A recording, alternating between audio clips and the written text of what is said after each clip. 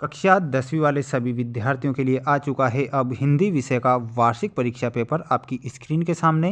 अगर आप अपनी एग्ज़ाम में वार्षिक परीक्षा में अगर आप ज़्यादा से ज़्यादा अंक प्राप्त करना चाहते हैं तो वीडियो को अंत तक देखेंगे। बिना समय गंवाए शुरुआत करते हैं हम हमारे क्वेश्चन से। क्वेश्चन जो पूछा गया है वेरी मोस्ट प्रश्न है। इन प्रश्नों को सभी विद्यार्थियों को याद रखना है, गलती आपको नहीं करना है। छायावाद के प्रवर्तक हैं, जो छायावाद के प्रवर्तक कवि हैं वो कौन हैं? यहाँ पर आपको ऑप्शन दिए गए हैं, जयशंकर प्रसाद, सुमित्रा नंदन पंत या फिर महादेवी वर्मा। यहाँ पर आपका करेक्ट उत्तर हो जाएगा, वो रहेगा Jaishankar Prasad is the correct answer. अगला जो क्वेश्चन है, उत्साह नामक स्थायी भाव से जागृत होता है। उत्साह नामक स्थायी भाव से क्या जागृत होता है?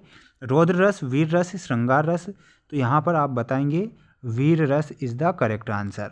संधि कहते हैं, ये संधि क्या होता है? संधि दो वर्णों का मेल होता है, जहाँ पर दो वर्णों का मेल होता है वहाँ पर संधि होती है। अगला क्वेश्चन है, अमीरुद्दीन का जन्म हुआ। अमीरुद्दीन का जन्म कहाँ पर हुआ था? अमीरुद्दीन का जन्म हुआ था डुमराव गांव में। तो डुमराव गांव ये आप करेक्ट करेंगे। छायावाद के प्रवर्तक जयशंकर प्रसाद। उत्साह स्थायी भाव नामक जागृत होता है, वीर रस होता है, संधि दो वर्णों का मेल, अमीरुद्दीन का जन्म डुमराव में। इस प्रकार याद रखेंगे, गलती नहीं करना है।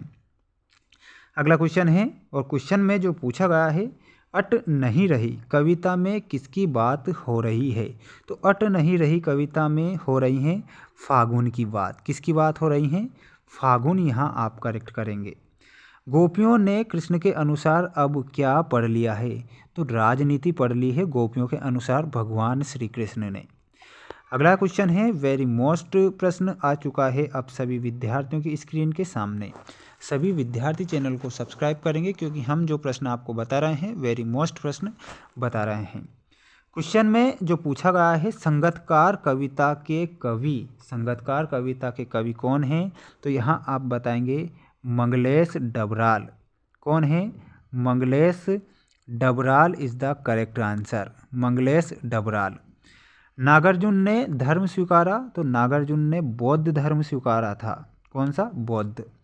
चिता के फूल के लेखक हैं। तो यहाँ पर आप बताएंगे राम वृक्ष बेनीपुरी। ठीक, राम वृक्ष बेनीपुरी। अगला है, जापान में हिरोशिमा पर बम गिरा। तो कौन सा बम गिरा था? परमाणु बम। ठीक, जो किसने? अमेरिका ने गिराया था 6 अगस्त 1942 को।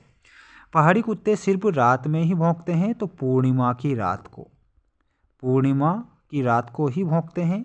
जिजीविषा का शाब्दिक अर्थ क्या होता है? सभी विद्यार्थी इसका कमेंट बॉक्स में आंसर बताएंगे।